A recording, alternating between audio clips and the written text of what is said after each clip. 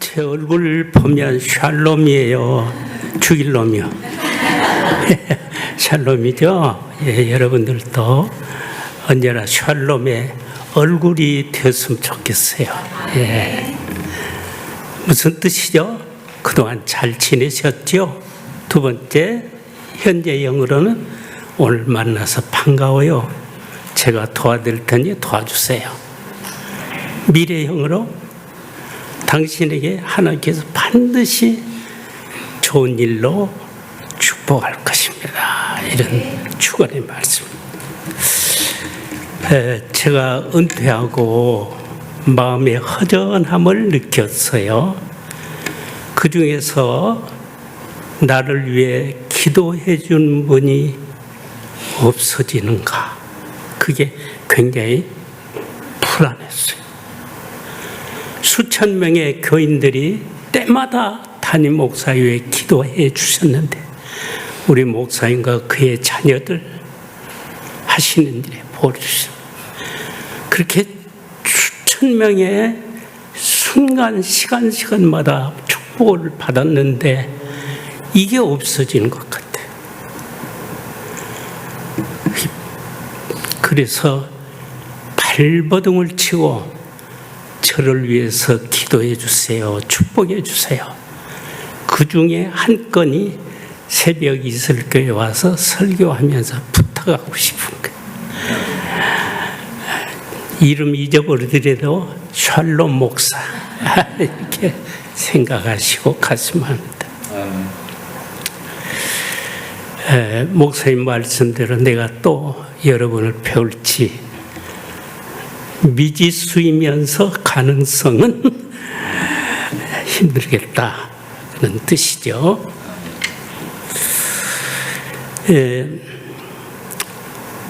제가 처음에 와서 첫 마디에 말씀했던 게 있어요. 안식일에 대해서 하나님 우리를 만나보고 싶은 정한 날,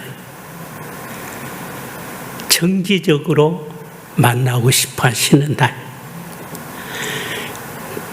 하나님 우리를 만나서 뭘 하시려고? 닭달해서 헌금 뺏으려고? 아니죠. 하나님이 창조하신 자기 형상의 얼굴 좀 보고 싶었어요. 여러분 우리 아이들, 자식들 보고 싶죠? 왜? 나 닮았어. 하나님 자기 닮은 자기 형상으로 지은 여러분들을 보고 싶었어요. 믿지 아니하면 그놈들은 나를 배신한 것 같고 여러분을 보면 그냥 좋아서 뭐라도 주고도 또 못 따준 것 같이 생각하는 우리 어버이들 이상으로 하나님 우리를 복을 주시고도 못 따주신 것 같이 만남의 안식일을 통하여서 복이 되게 해주신 거예요. 여러분이 아신 대로 출애굽기의 안식일은 우리를 창조하신 것을 기념하게 하고 출애굽기의 십계명 안식일은 뭐죠? 우리를 구원해 주신 하나님을 기념하라는 것이 안식일의 두 가지예요. 다르죠? 출애굽기의 십계명과 신명기의 십계명의 안식일이 몇 계명이죠? 4계명이 다르다. 이 두 가지. 창조하신 하나님, 나를 당신 형상으로 지어주신 하나님, 감사해요. 그리고 자녀들은 또 아빠의 얼굴, 엄마의 얼굴을 보고 싶어하는 그날이 안식일이에요. 또 구원해 주신 하나님, 출애굽시켜 주신 하나님, 그것이 신명기서에 나오는 십계명. 그 두 가지를 생각하면서 하나님 나 보고 싶으시고 더 나아가서는 임재하시고 만나서 대화하시고 좋은 일 칭찬해 주시고 잘못된 이건 네가 고치면 좋겠다. 이런 것으로 나아진 게 아니죠.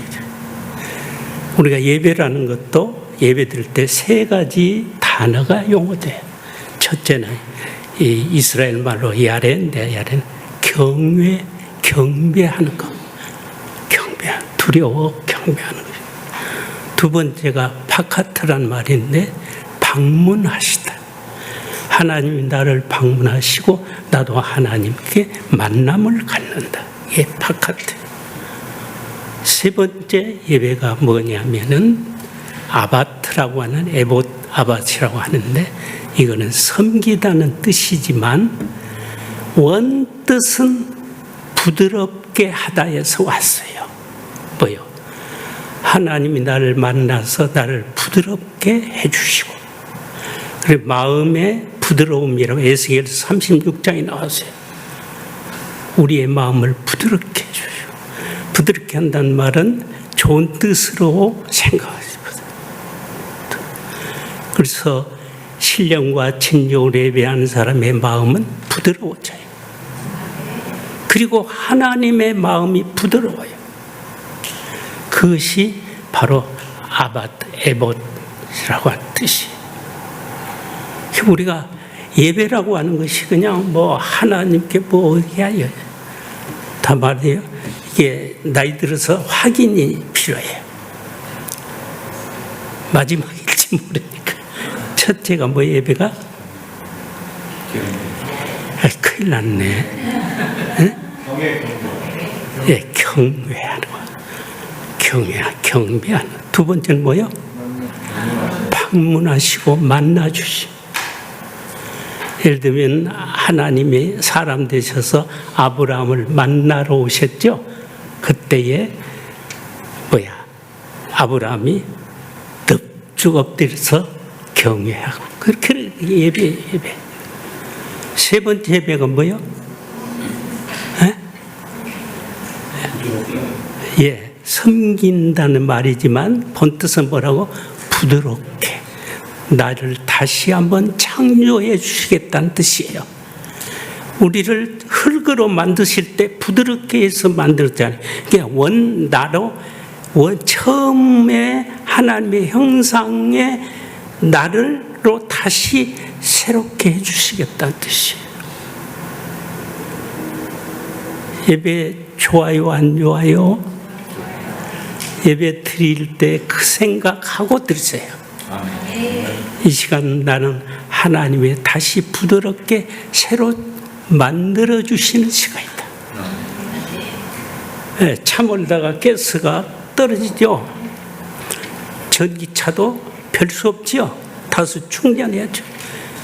정기적으로 충전 시간 부드럽게 이렇게 하면 한도 없죠. 이 설교와는 전혀 관계없는 일이지만 우리 신앙생활의 기본적인 것이기 때문에 그 할아버지 90세 할아버지가 잔소리 좀 한 거예요.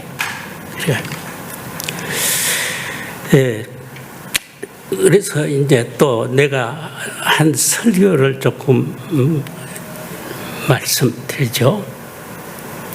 왜냐하면 이스라엘의 교육법의 원리가 학가다인데 반복이라는 뜻이에요. 반복, 계속 반복. 그래서 새김질하도록 새겨 이 도장 받으시겠다. 이것이 이스라엘인데, 그래서 제가 새김질한 뜻으로 첫 번째 예수 믿으면 어떻게 된다고요? 다 잊었구나. 예, 하나님을 아버지라 부르게 돼. 신분 변화. 내가 감히 죄인이 허물과 죄로 죽었던 나를 하나님을 아버지라 하나님의 자녀되는 권세를 얻어. 슬프든지 기쁘든지 아빠 한마디면 끝난다.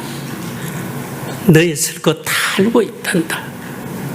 아빠. 그래서 예배당에 와 예배 드릴 때 꼭 세밀히 하면 좋지만 아시죠?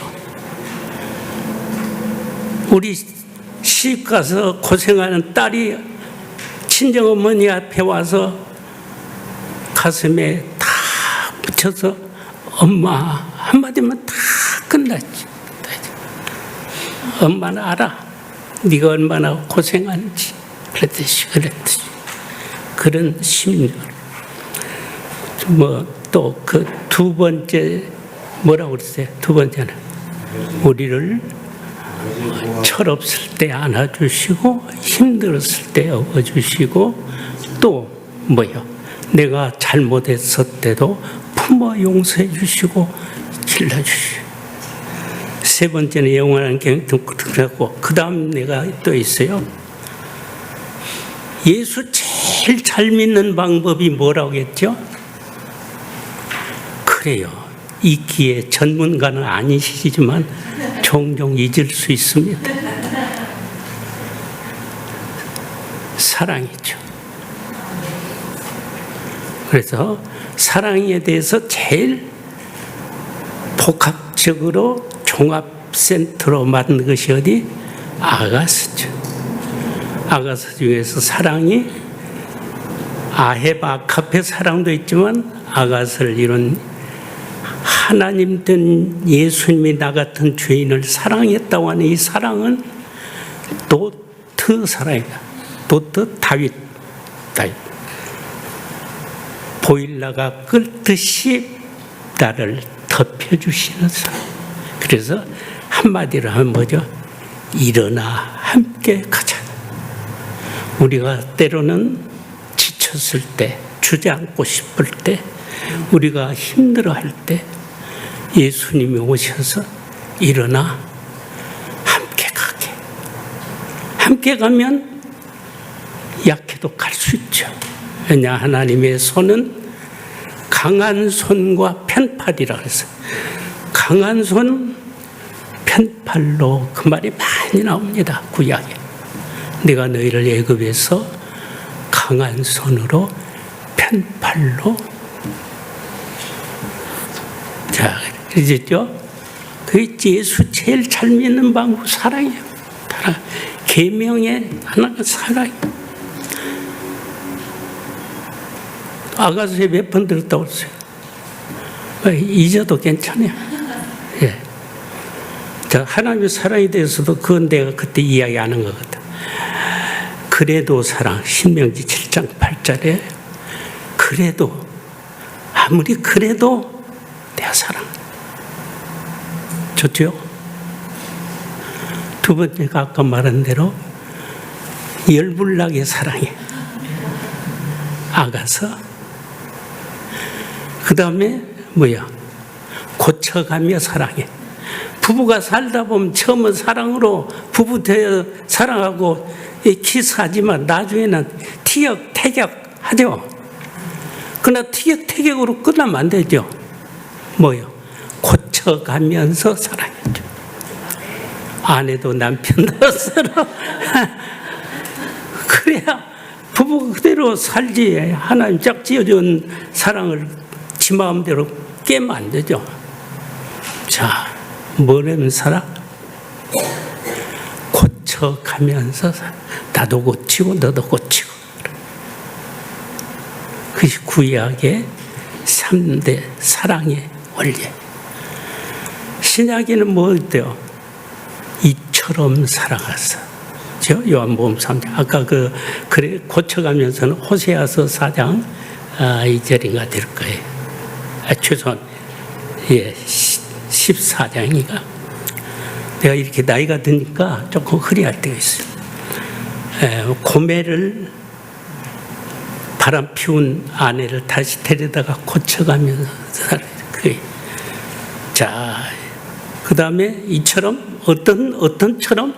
이처럼이라고 하는 이 부사 속에 엄청난 세계 우주가 다 들어가서 움직이고 있는 거죠. 뭐야? 세상을 품고 독생자 예수님을 집어넣어가지고 멸망하지 않고 영생하게 하는 사랑. 이처럼 사랑. 신약에서 두 번째 사랑이 뭐예요? 자기 사랑하는 사람을 끝까지 사랑한다. 끝까지 속에는 뭐야? 원수까지 사랑하는 거. 우리는 사랑하는 자를 사랑하는 것 정도는 안 믿는 사람도 한다 이거야. 믿는 사람은 원수까지. 마지막으로 신약에서 끝판 지을 때 무슨 사랑이요? 내가 먼저 사랑. 그렇죠? 요한일서 4장 8절인가 여기 나온 거예요. 이거 내가 이리 가지고 안 되는데, 자, 그래 이제 오늘 나갈 텐데, 오늘은 과거적 예수님에 대한 신앙이 아니라 미래적 예수님에 대한 신앙에 대한 말씀드리고 싶은 거예요. 구약에서 예언했던 대로 오신 초림의 예수가 예언대로 우리의 죄를 위해 십자가에 죽으심으로 어떤 죄라도 예수님에게 전가시키면 소나 양의 제물에다가 안수를 하며, 그 말이죠. 예수님 전가, 예수님께 우리의 죄를 옮겨주면 예수님이 십자가에서 다 우리를 닦아주셨다. 해결해 주셨다. 지불해 주셨다. 식당에 가서 내가 대접하려고 했는데 다른 친구가 이미 계산했어. 예수님이 다 계산했어. 우리는 그냥 믿기만 하면 되는 거예요. 그 사실을 알고 받아들여. 예, 전가야 돼요. 이런 놀라운 사건. 이런 일들을 통해서 너무 고맙고 감사하고 늘 울어도 못다 울죠. 그러나 그것만으로는 예수 믿기 때문에 손해보는 일이 많아요. 더 많아요. 예수 믿기 때문에 현실적으로 얻는 유익보다는 손해가 더 많아요. 여러분 모르고 지냈죠? 아이고 억울해라.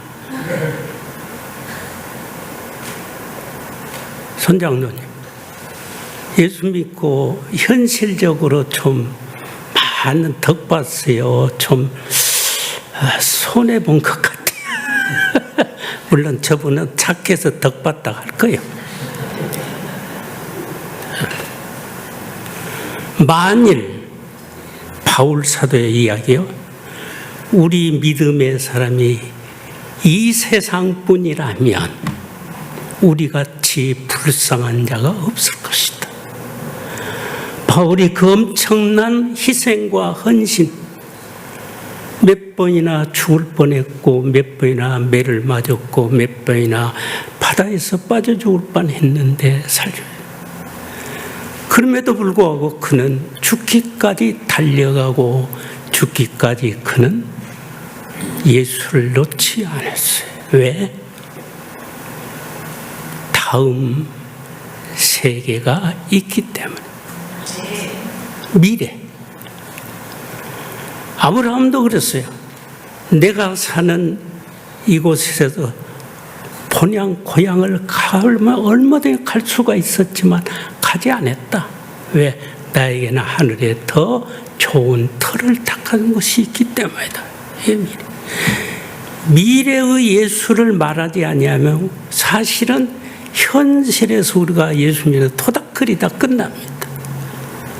우리같이 불쌍한 사람 없어요. 그래서 오늘은 마지막에 다른 걸 준비했는데, 준비는 내가 축복하는 야곱의 인생에 대해서 제가 이제 살짝 들리지만, 야곱이 이제 축복으로 집에서 도망치게 되었고, 축복 때문에, 그렇죠? 장자 축복죠. 그다음에 가다가 베델에서 축복을 하나님께 네가 원하는 축복 주겠다. 그다음에 가서 쭉 하다가 이제 돌아올 때도 에서 형님 때문에 이거 내가 잘못하면 칼로 맞아 죽든지 뭐 몽둥이로 맞아 죽겠다 할 때 야곱과 강변에서 홀로 남아서 뭐라고 해요? 그때 어떤 사람과 씨름마다 칼 나오니까 뭐라고 했어요? 야곱가 나를 축복하지 않으면 못 가. 축복으로 매달린 사람. 그가 그런 삶을 돌아올 때 베델에서 또 하나님 축복했다 뭐 여러 가지 있다가 특별히 120세에 애굽의 요셉의 초청으로 갔죠. 가자마자 바로왕에게 인사할 때 여호와 하나님 바로에게 복을 주소서 하고 큰 소리 제가 알기로는 야곱이 그때 나그네로 옷차림이나 바로왕 앞에 가려면 바로왕이 그 당시 희년서 같은데 70계단을 올라가야 만나는 바로요. 70계단이 뭔 줄 아세요? 열방 수가 70이요. 이제 또 말이 이게 병이라 노인병. 그런데 이렇게 해서 만날 거기 가서 만나자마자 여호와여 축복하라. 그리고 이 바로가 어처구니가 없었겠죠. 바로가. 근데 이제 어쩌고 대화를 잠깐 인사하고 또 나올 때 확 돌아서 여호와여 들어갈 때 나갈 때 축복으로. 그것이 그 이후로 17년을 더 사는 동안 무엇으로 지내냐? 축복으로 지냈어요. 내가 보니까 특별히 요셉에게 축복하고 그 다음에 요셉의 두 아들에게 축복할 때 그게 참 기막힌 게 있죠.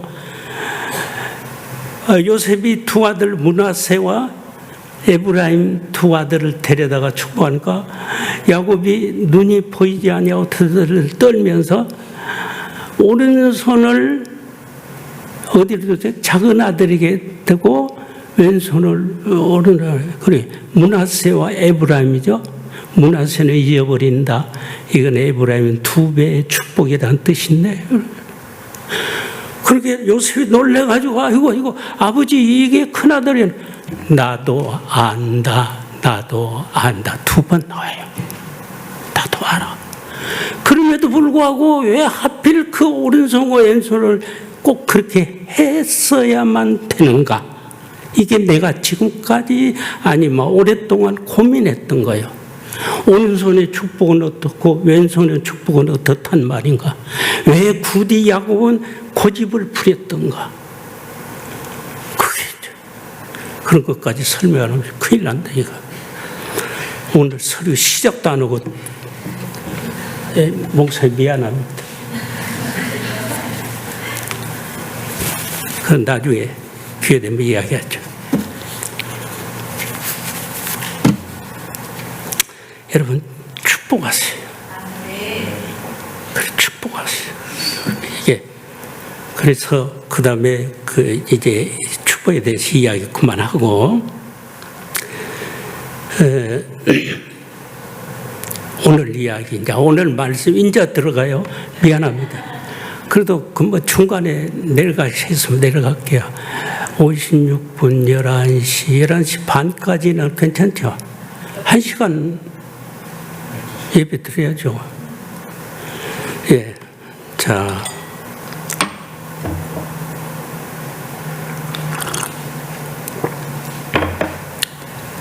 오늘 설교 제목은 주보에 나왔는데 뭐예요?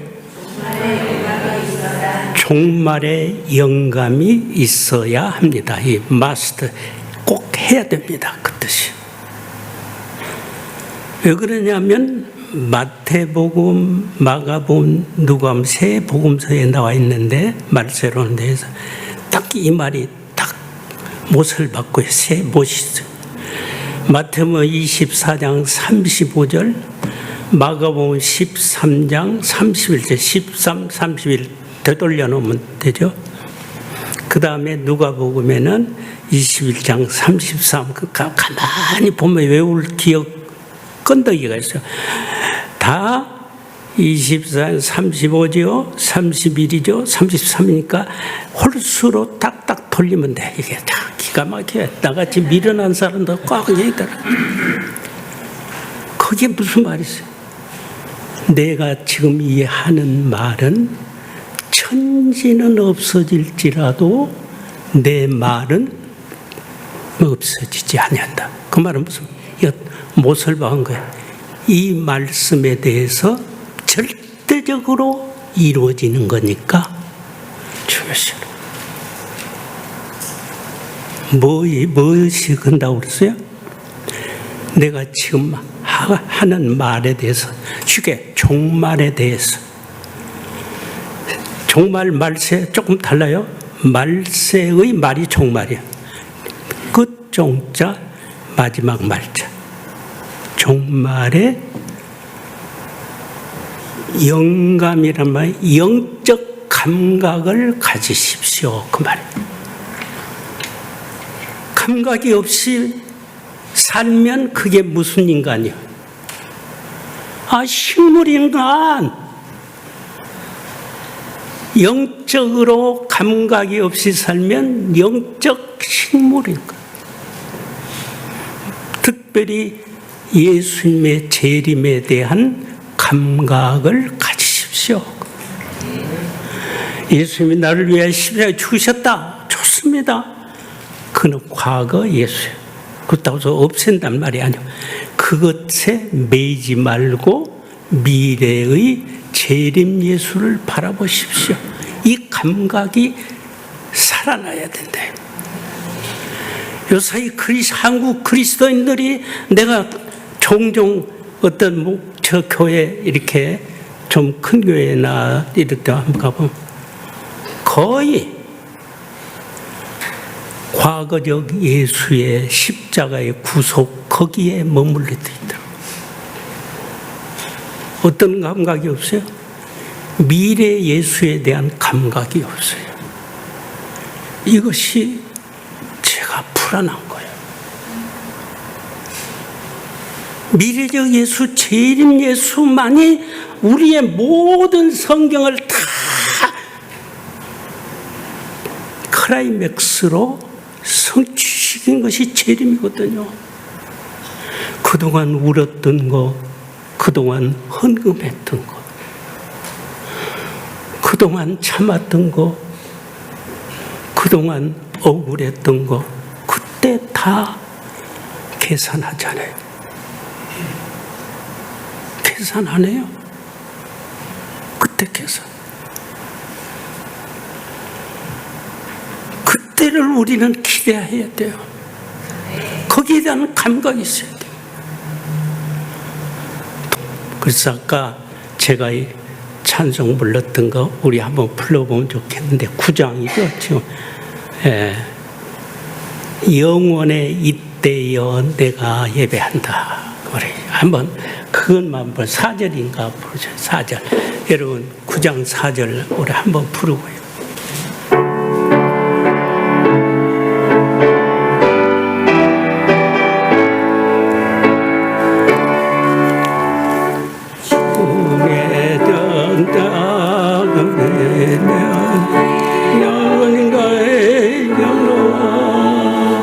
그 말씀 힘내어 새 희망이 솟는다.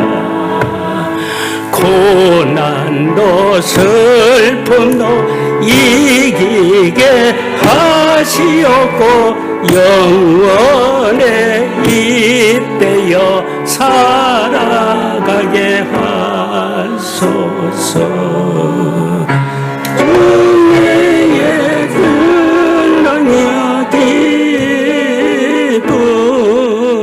생명의 하나님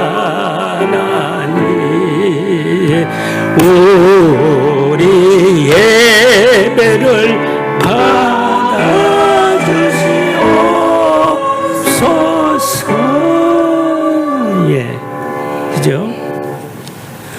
고난도 슬픔도 이기게 하시옵소서. 어떻게? 영원에 잇대어 하나님의 은혜로 이렇게 하옵소서. 우리가 가스를 충전하지 않으면 차가 움직일 수가 없어요. 우리에도 영혼에 잇대는 가스 파이프가, 전기 파이프가 내 영혼에 이어져야 돼. 온이 돼야 돼. 근데 대부분이 오프 상태에 있어. 오프 상태. 턴 오프 돼 있어. 오늘은 그래서 턴 온을 알아야 돼. 많은 그리스도인들이 미래 예수에 대해서 감각이 없다. 오늘 이걸만 해도 여러분에게 꼭 하고 싶은 말이에요. 오늘 이 말씀에서 세 가지를 말하는데 다 말이 안 될 것 같아요. 그래서 그것만이라도 되지만 조금 알려. 첫째는 이런 일이 되기를 시작하거든. 이런 일이 되기를 시작하던 말이 무슨 말인가? 이것 설명드리고, 그 다음에 두 번째는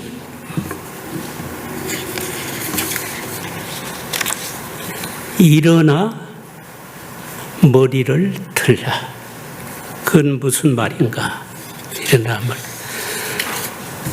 야.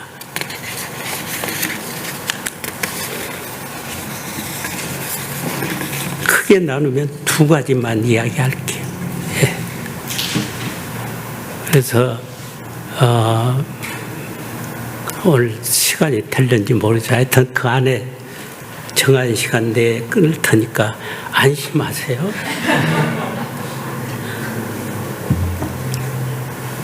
이런 일이 되기를 시작하거든. 이런 말이에요. 오늘 21장 제가 하필 28절부터 했죠. 그냥 끊어진 데가 아니고 위에다 붙여놨죠. 그는 그 말이 그 앞에 것을 전부 포괄하도록 하고, 이거 다 읽다면 성경 읽다가 설명 한 번도 못 들으면 내나 같은 거니까 이랬어요. 이런 일이 되기를 시작하거든 앞에 모든 사건들 이야기를 그렇게 되기를 시작을 해요. 아직 돼버린 게 아니고, 그 무슨 말을 제가 하려냐면 27절에 보면 그렇죠. 그때의 사람들이 인자가 구름 타고 능력과 큰 영광으로 오는 것을 보리라. 그렇죠? 그 주의 재림을 이야기하죠. 맞죠? 예, 이분 이제 삐져가지고 대답도 안 하고 나도 삐지러. 예수의 재림을 보게 될 것이다. 이런 일을 보거든이 아니고 이런 일이 되기를 저 앞에 시작하거든. 저 앞에 것부터서 보고 그때 벌써 준비해야 안 늦다. 재림할 때 준비하면 늦어서 안 된다. 그건 안 돼요. 마치 기름 준비하지 못한 미련한 처녀가 오자마자 집에 기름 사러 간 쪽이 되는 거다. 그 안에 시작할 때부터 준비해라. 이해가 돼요? 그래서 제가 28절을 얘기해요. 그럼 앞에 이것은 뭘 이야기하는가를 여러분이 알 거예요. 예수님이 공생의 마지막 3년째 예루살렘을 3번째 올라가셨습니다. 마지막으로 예루살렘. 예수님은 갈릴리 촌 나사렛 거기죠. 근데 갈릴리 가셨어요. 그래서 예수님이 특별히 유월절을 기점으로 해서 3번 갔기 때문에 3년 공생이라는 계산이 나오고요. 요한복음에는 그게 나와요. 요한복음. 다른 데는 잘 안 보여요.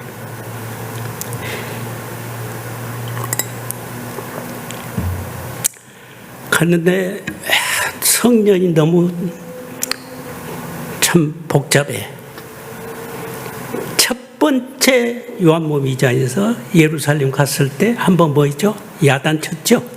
어떻게 하나님의 기도하는 집을 강도의 소굴로 하냐고 막 했잖아요. 이거 두 번째 이제 3년 만에 올라가서 지금 또 보는 거야. 또 그거 내년 끝이야, 끝. 그거는 사두개파가 예루살렘 판데 친로마와 이렇게 또 해가지고 또 대제사장들과 어울려서 성전 가지고 우려먹는 사람들이 판치는데요. 주권을 잡고 다른 사람 들어도 못하게 하고 거기서 양 팔아먹고 소 팔아먹고. 양을 어떻게 판 줄 아세요? 양을 제사 드리려고 가지고 오면은 딱 제사장이 검사를 하거든요. 흠이 있나 없나. 거기다 빨간 표시한 것이 있으면 이걸 그냥 통과해요. 흠이 있거니 말거니 통과해요. 그리고 저쪽에 가면 양시장이 있어. 거기다 팔아먹어. 이분들 여러분 잘 모르니까 그래서 강도의 구렬이라는 말 거기 나온 거예요.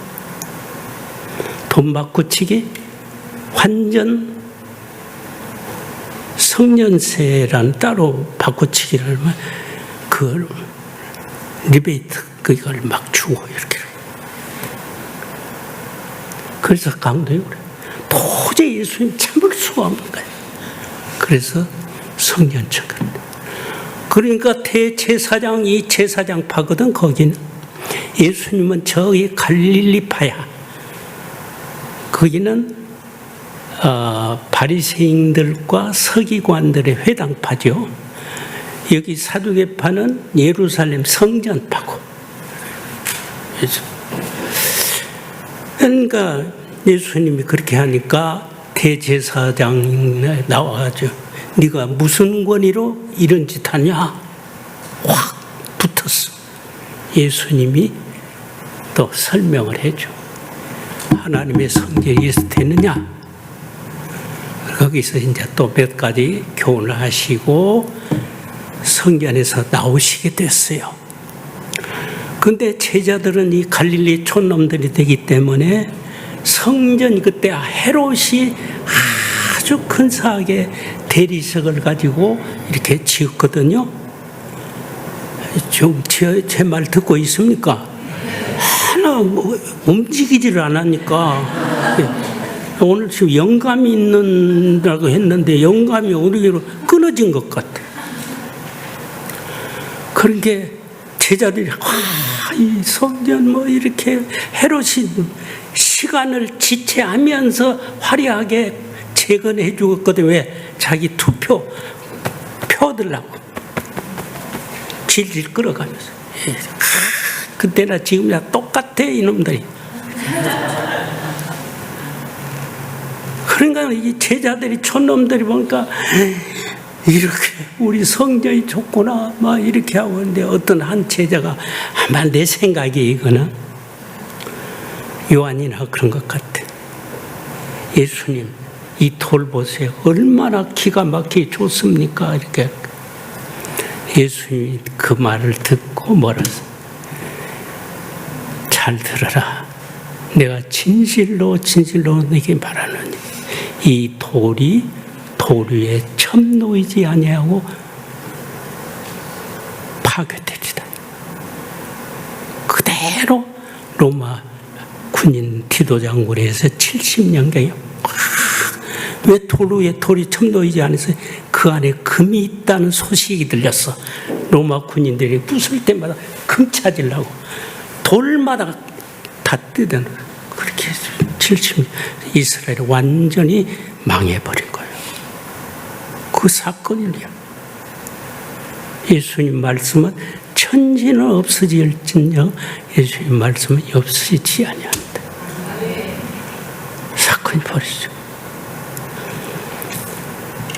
그리고 나서 이제 그러니까 감람산으로 이제 가셨죠. 가셨는데 어떤 제자가 와서 조용히 예수님 그때 그때가 언제입니까? 그 돌이 이렇게 할 때가 언제입니까? 또 그때가 되면 무슨 징조라도 있습니까? 물었어요. 모르니까 예수님께서 말씀한 것이 마태, 마가, 누가복음에 자세히 기록됐어요. 때가 온다. 그때는 제일 먼저 나타난 게 거짓 그리스도가 나타날 터이니 미혹을 받지 마라. 와서 내 이름으로 내가 그리스도라고 하는 사람이 많이 생길 것이다. 그게 첫 번째 말씀이에요. 징조 첫 번째. 그 다음에 이제 뭐냐 하면은 자연재해가 일어날 것이 지진이 나고 난리가 나고 뭐 이런 게 있을 거다. 이제 쭉 그 사건이 다 기록되어 있어요. 내가 다 하면 더 중요한 내 또 못하니까 이건 이미 다 아는 거니까 뭐 노아의 시대가 어쩌고 다. 그런데 누가복음에 특별히 제가 택한 것은 다른 마태나 마가복음에 없는 한 마디가 있어요. 누가복음 뭐요? 자세히 미루어 살펴 차례대로 기록했기 때문에 누가복음은 아주 다른 복음에 없는 것을 쓰는 수가 많아요. 물론 마가복음도 그렇지만 참 그래요. 그래 무엇이 다르냐? 29절이야. 29절 봐요. 이에 비유요.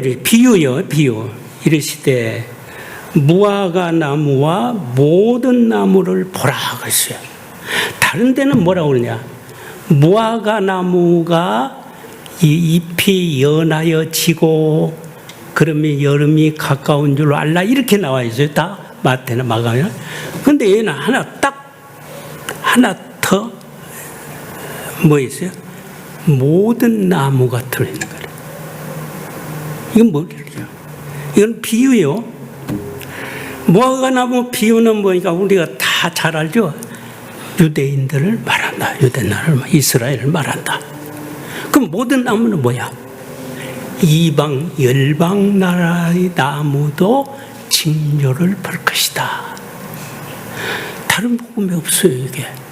그래서 내가 누가복음에 온 거예요. Understand? 예. 다음에 무화과는 뭐라고요? 이스라엘. 모든 나무는 모든 이방 열방 나라를 말해요. 우리는 누구요? 어디에 속해요? 소속이 어디? 우리는 이방 열방 모든 나무에 속. 이것이 이제 이런 것은 어디로 갖다 붙이면 로마서 11장에 가보면 바울이 이제 로마서 픽스가 8장이죠. 픽스가 7장에서 나오라 나는 공부한 사람이 되니까 고민하다가 로마서 8장에 가서는 뭐야?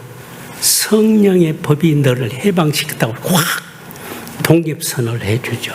그거는 성령으로 말미암아 그 모든 죄감도 없어진다.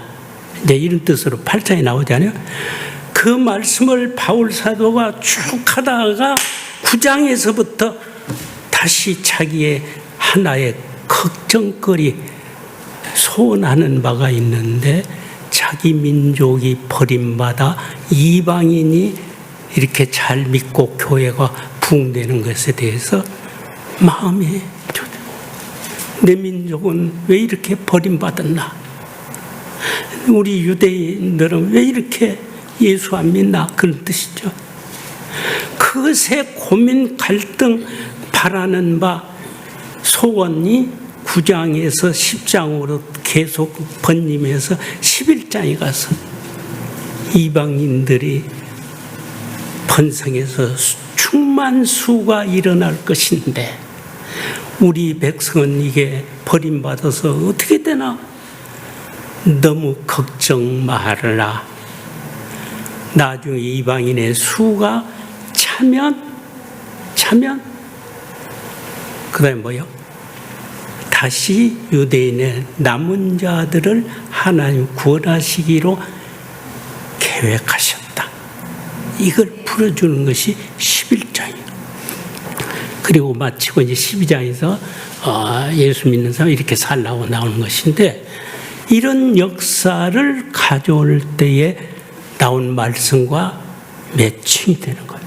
그럼 무슨 말을 제가 하려고 하냐면, 무화과 나무와 모든 나무가 다시 생기를 얻어서 봄에 싹듯이 이렇게 일어나거든. 이방인의 수가 채워지거든. 그 말이에요. 충만해지거든. 일어나 스탠드업. end하고 뭐라고 써요? lift up heads. 머리를 들러. 여기 나오고요. 그 말의 초점 뭐야? 재림에 대한 이런 일들에 대한 영적 감각을 가지고 삶의 자세를, 또 삶의 내용과 목적과 방향을 새롭게 설정하라는 뜻이에요.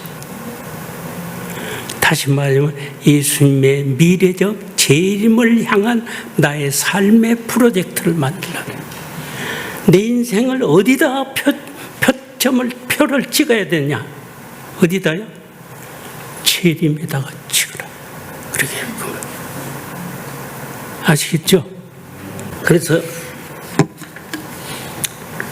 이제 이 말도 막 다른 성경과 이렇게 풀어줘야 되는데, 그리고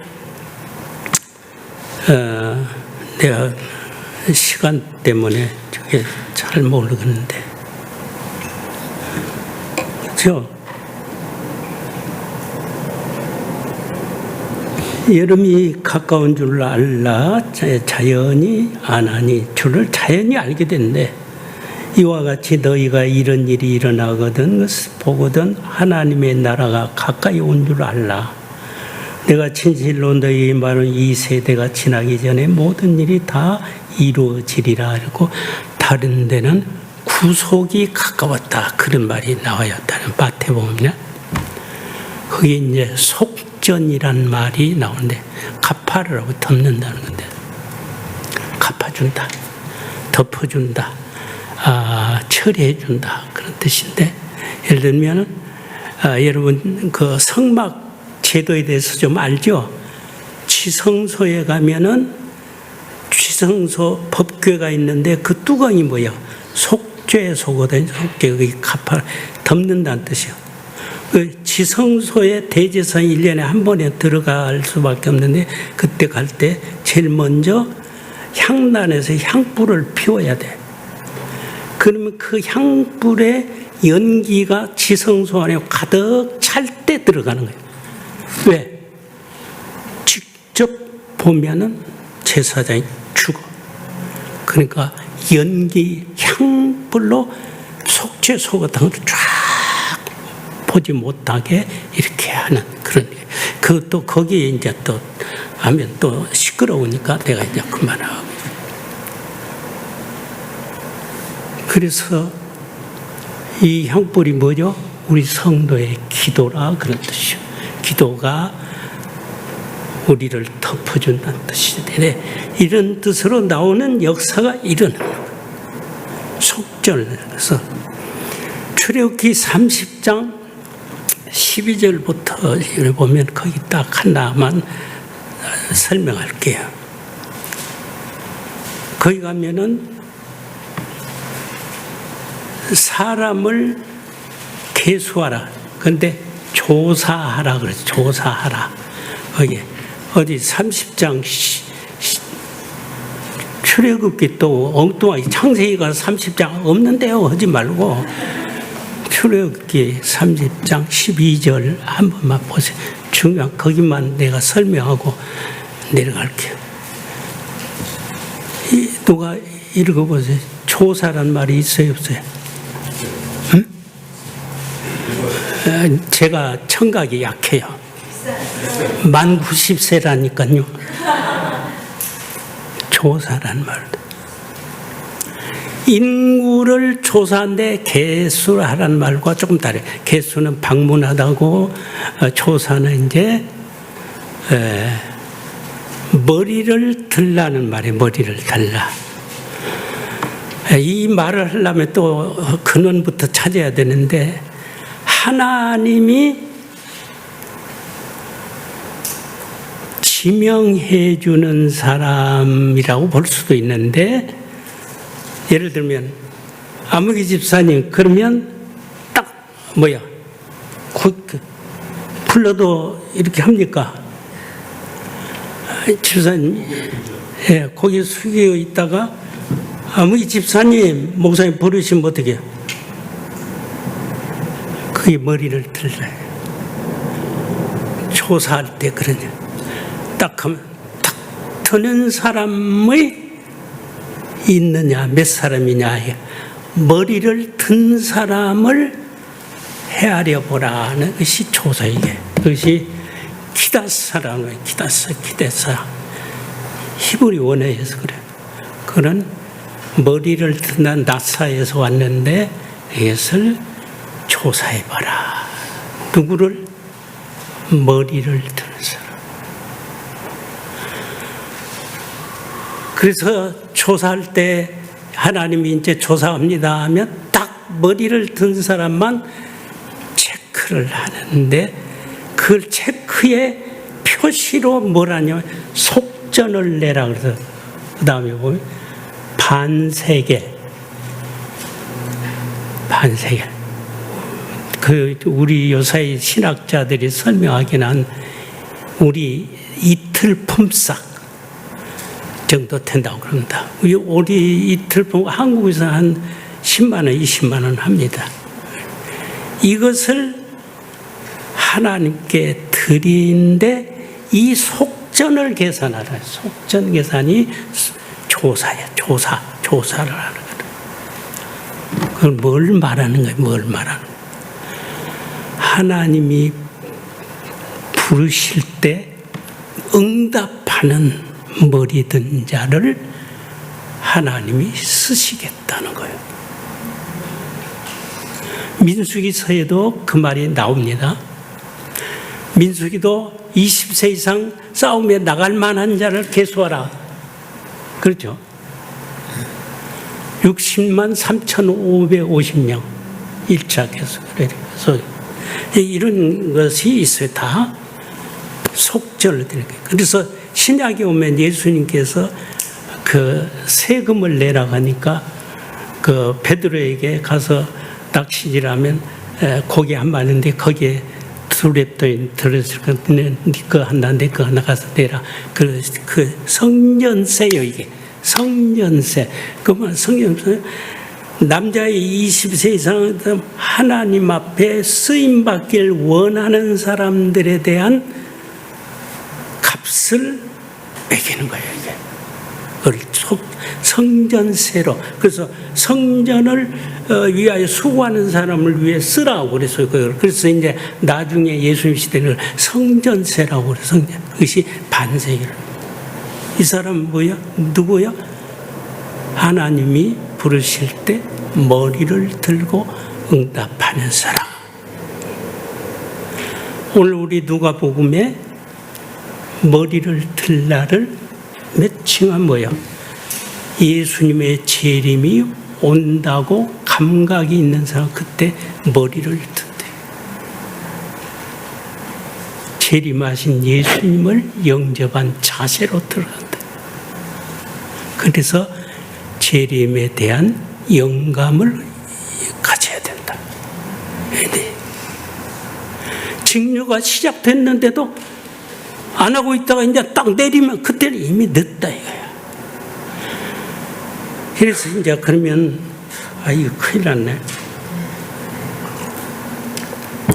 요새 이제 그런 무화과나무 연화해진 것만 뭐 조금이라도 또 한 3분 남았잖아. 이미 일어나서 이스라엘 지금 유대 요새 하마스 이 전쟁 있잖아요. 전쟁에 하마스가 뭐라고 했어요? 유대인 씨를 말리겠다 그러시죠. 지금 씨를 말리겠다.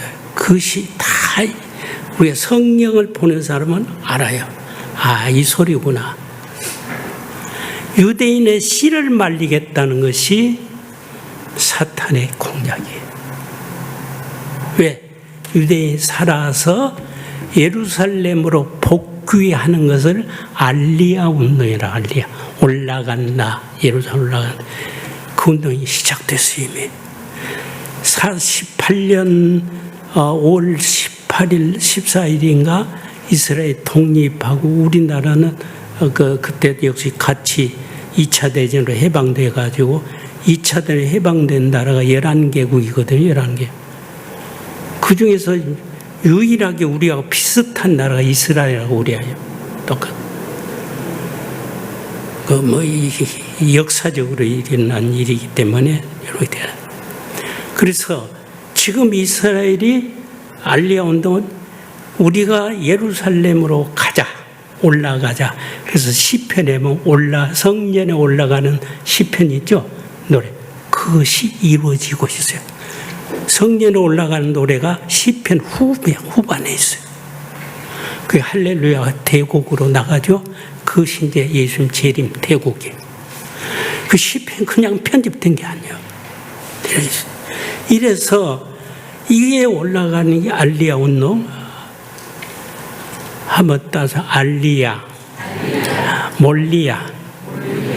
몰리야는 우스갯소리고 알리야, 몰리야, 알리야 운동이고 성전으로. 그래서 유대인들이 지금 예루살렘으로 모이기 시작하는데 어디까지 모여가는지 자펜주까지 지금 올라가고 있어요.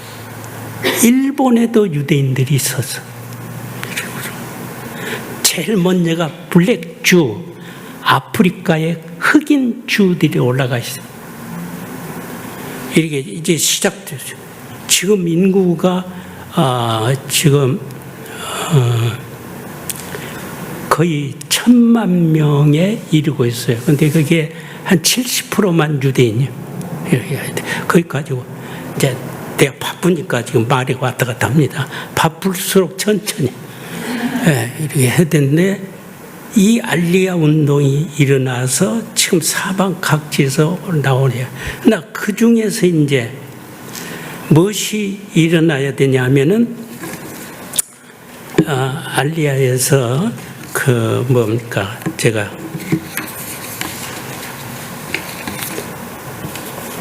한번 메시아 운동이 일어나고 그 중에서 그러니까 무조건 유대인들이 올라간 그 사람들 중에서 메시아 주가 생겼어요. 그래서 그거 보고 메시아닉 주라고 그래. 예수가 그리스도라고 믿게 되는 사람이 일어나기 시작했대요. 제가 75, 6년도에 거기에 이스라엘에서 공부할 때 이미 일어나기 시작했어요.